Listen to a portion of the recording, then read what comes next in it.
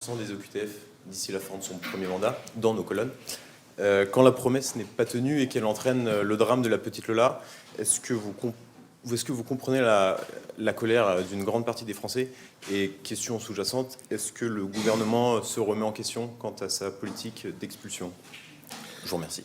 Alors, pardonnez-moi, dans votre question, vous dites que le non-respect de l'OQTF a entraîné le drame. Je vais vous répondre plus généralement sur les leçons qu'il faudrait tirer sur le plan politique. La première, c'est que chacun d'entre nous sortirait grandi par la dignité dont il fait preuve, dans la douleur de tout un peuple et dans la confiance renouvelée dans les institutions de notre République. Notre réponse, c'est la République. C'est la République. C'est l'ordre républicain. Et quiconque souhaiterait s'en affranchir en trahirait de fait la promesse. Vous m'interrogez plus généralement sur la question des OQTF, pour laquelle je vais vous répondre. Le niveau de respect des OQTF aujourd'hui est le niveau que nous avions connu, qui était le niveau maximal connu du temps du quinquennat du président Sarkozy, par exemple. Est-ce que c'est satisfaisant? Certes non, et nous travaillons d'arrache-pied pour faire en sorte que les expulsions puissent avoir lieu dès lors que les arrêtés sont prononcés. Ce qu'il faut savoir, c'est que dans la plupart des cas, lorsqu'une personne a été responsable d'un délit et qu'à la suite d'un contrôle, elle est reconnue comme en situation irrégulière, alors elle est placée dans un centre de rétention, ce qu'on appelle les CRA. S'agissant de l'assassin présumé de la petite Lola, elle n'avait commis jusqu'ici aucun délit, n'était pas connue par les forces de sécurité. Elle était en situation irrégulière depuis 3 ans, elle était rentrée régulièrement sur le territoire national comme étudiante. Elle n'avait jamais été contrôlée, donc n'avait jamais été identifiée comme étant en situation irrégulière. Il se trouve que le 22 août dernier, lors d'un déplacement en avion, elle a été contrôlée à Orly. Les services de sécurité se sont rendus compte qu'elle était en situation irrégulière sur le territoire national et lui ont donné un certificat d'OQTF avec la possibilité de procéder à un recours dans le mois qui suit. Elle n'était pas connue pour avoir commis des exactions. Elle était connue pour avoir été probablement victime de violences sexuelles, mais n'avait pas commis de délit. Je le dis parce que les choses sont importantes et que toutes les personnes qui reçoivent une OQTF ne sont pas nécessairement placées dans des centres de rétention dans l'attente de l'expulsion. Nous devons évidemment faire mieux et nous travaillons d'arrache-pied. Le ministre de l'Intérieur le disait encore ce matin pour que nous puissions faire en sorte que les OQTF soient suivis des faits. Nous regardons aussi la situation européenne chez nos voisins, chez les pays qui ont d'autres modalités d'exécution des peines d'expulsion et qui ne rencontrent pas des résultats significativement supérieurs à ceux rencontrés par la France.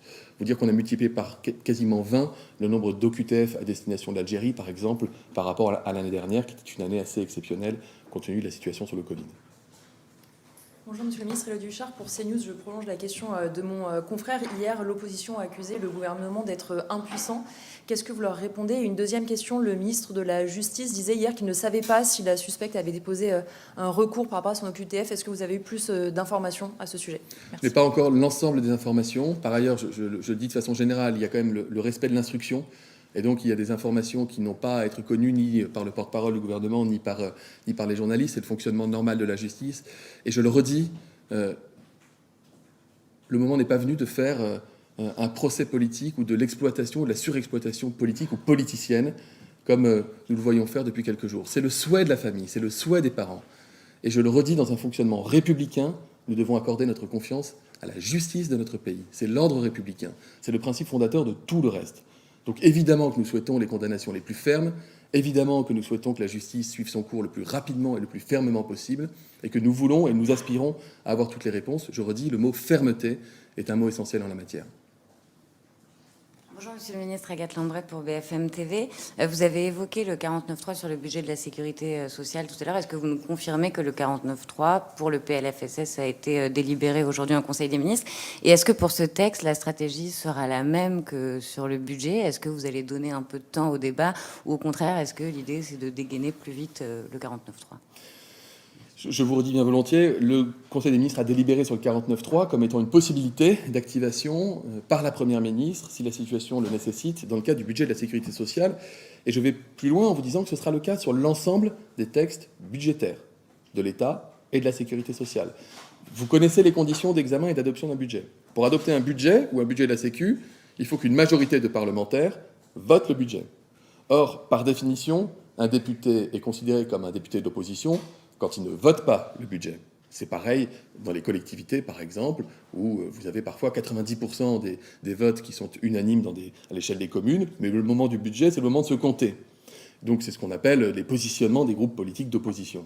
Donc même s'il y a une participation active au débat, ce qui a été le cas pour le PLFSS, le budget de la Sécu, en commission, même si les débats sont intéressants et instructifs et parfois très productifs dans l'hémicycle, s'agissant du budget de la France, nous savons, parce qu'eux-mêmes nous l'ont dit par anticipation, que les groupes d'opposition ne voteront pas les textes budgétaires et que donc pour les adopter, nous aurons recours au dispositif du 49.3. Donc ensuite, l'évolution des débats s'agissant du PLFSS permettra de déterminer à quel moment il convient de déposer ce 49.3. Mais je redis aussi, la logique restera la même lorsqu'il y a des amendements qui sont utiles, qui vont dans le bon sens, qui ne dénaturent pas le projet pour lequel le président de la République a été élu, qui ne dénaturent pas le travail qui a été fait pendant 5 ans et qui nous permet aujourd'hui d'être un pays plus attractif, et qui ne contrevient pas aux 2 règles de base que je rappelle volontiers devant vous, pas de hausse d'impôts et pas de hausse de la dette, alors le gouvernement est amené à retenir des amendements des groupes majoritaires ou d'opposition, et ce sera le cas tant sur le budget de l'État que sur le budget de la sécurité sociale. Bonjour Monsieur le Ministre, Thomas Després à RTL. On apprend dans la presse hier que l'ancien Premier ministre Jean Castex pourrait être nommé à la tête de la RATP. Est-ce qu'il en a été fait mention ce matin en Conseil des ministres? Est-ce que vous pouvez nous confirmer que son nom sera soumis à l'Assemblée et au Sénat pour prendre la tête de la RATP? Alors, il n'a pas été question de cela en Conseil des ministres. Par contre, l'information que je peux vous donner, c'est que l'Élysée sera amené, dans les heures qui viennent, à communiquer le nom du ou de la futur responsable de la RATP. Et comme vous l'avez vous-même souligné, ce n'est pas une nomination directe, c'est un nom qui sera soumis à l'approbation des 2 chambres parlementaires. Est-ce que Jean Castex, ce serait une bonne idée? Mais je n'ai pas à donner mon avis sur la question. Attendez quelques heures. Anne Bourse, France Télévisions. Je reviens juste sur le carburant et le tweet hier de M. Pouyanné. Comment vous le qualifiez? Vous lui dites qu'il faut qu'il redescende sur terre, que c'est une faute à la fois politique dans le contexte dans lequel on est, une faute de communication? La réponse est dans la question. La réponse est dans la question. M. Pouyanné gagne 5 millions, 6 millions d'euros par an. Il a été amené à réduire ses revenus, si on peut parler de réduction, à 3,5 millions. Bon, c'est des règles de l'entreprise, c'est pas des règles de l'État, c'est pas du salaire, c'est pas de l'argent public qui est donné. Voilà. Après, libre à lui de communiquer comme il l'entend sur l'évolution de son salaire. Mais je dis que dans le contexte, on doit tous être extrêmement attentifs aux messages qu'on envoie aux uns et aux autres. Je préfère que Patrick Pouyanné, qui travaille d'arrache-pied pour négocier un accord majoritaire avec ses salariés pour permettre aux Français de retrouver du carburant et une vie tranquille. À nouveau, Bastien Auger pour TF1 LCI. Je me permets de rebondir sur vos précédentes réponse sur le drame de la petite Lola. Vous avez répondu tout à l'heure à mon confrère de Valeurs Actuelles sur la question des OQTF. Mais vu que le président de la République a visiblement lui-même parlé de ce sujet ce matin au Conseil des ministres, est-ce qu'il juge qu'il est pertinent de mêler à ce drame le débat sur l'immigration et sur les OQTF, ou alors est-ce qu'il juge qu'il faut séparer totalement les 2 débats? Je vous dis que la position la plus, me semble-t-il, digne qu'il soit dans la période, et c'est la demande de la famille, c'est de considérer que nous devons faire en sorte que la justice passe, et qu'elle passe dans les meilleures conditions, et que la volonté d'exploitation politique n'est pas à la hauteur des valeurs de notre République, et qu'en républicain, nous considérons que la réponse républicaine est la plus forte. Le président de la République a reçu lui-même les parents de la petite Lola, qui sont évidemment accompagnés dans leur douleur, et qui, je crois, ont besoin d'avoir du soutien, et qu'on consacre aujourd'hui notre énergie, nos pensées, sur l'accompagnement de la douleur, et de la douleur de tout un peuple, parce que vous avez des millions de familles qui se reconnaissent dans les parents de la petite Lola. Et ça nous frappe tous, et ça nous marque tous, et ça nous horrifie tous. Et aucun d'entre vous n'a envie qu'un drame pareil puisse être possible ou puisse se reproduire. Je vous dis néanmoins qu'il y a beaucoup de réponses qu'il nous faut obtenir, et que ce n'est pas un responsable d'un parti politique, un parlementaire, ou pardon de le dire à des journalistes aujourd'hui, que de faire ce travail. C'est à la justice de le faire.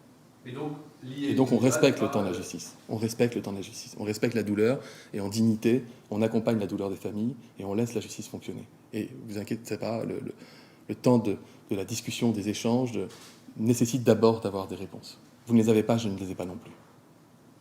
Lier les 2 débats ne vous semble pas... Je vous ai répondu. J'ai répondu. Très clairement.